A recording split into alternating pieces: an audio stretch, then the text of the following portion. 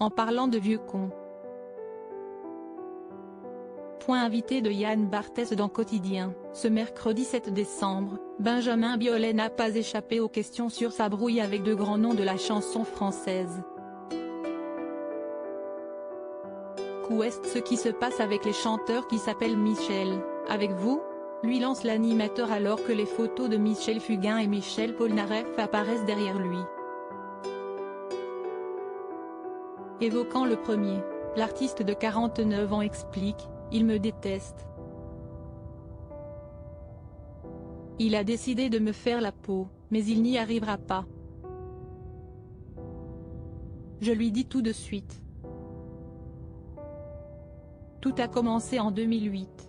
Alors qu'il participe aux Francophonies de Spa en Belgique, il y avait une interview de lui sur un écran géant et puis je ne prêtais pas attention à ce qu'il disait. Jusqu'à ce que son oreille soit attirée par des propos peu valorisants, puis à un moment j'ai entendu « Ah mais le pire, le plus mauvais, le vrai connard, celui qui se la raconte si est Biolay, si est Biolay ». Je me dis « What ?» Et là, il en rajoute des caisses.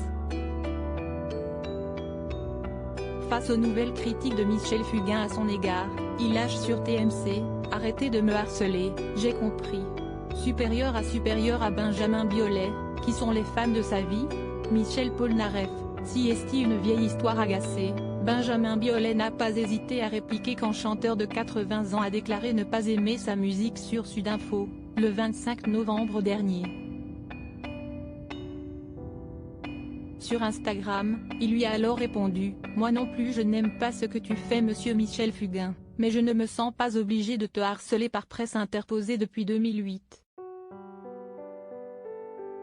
Quant à Michel Polnareff, si est une vieille histoire, il n'a pas été cool du tout avec mon studio préféré au moment à Bruxelles.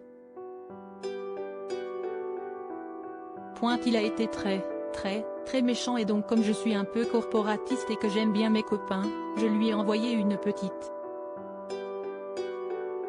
Assurant à Yann Barthès qu'il a vengé son ami John, le patron, quelqu'un qui est aux petits soins avec les artistes.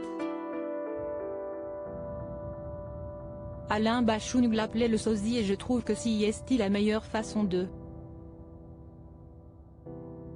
Ironise-t-il face à un Yann Barthès hilar en découvrant l'anecdote. On va remettre un petit bout les chansons de Noël pour apaiser les esprits, conclut avec le sourire le journaliste de TMC. Crédit photo, capture d'écran TMC Quotidien.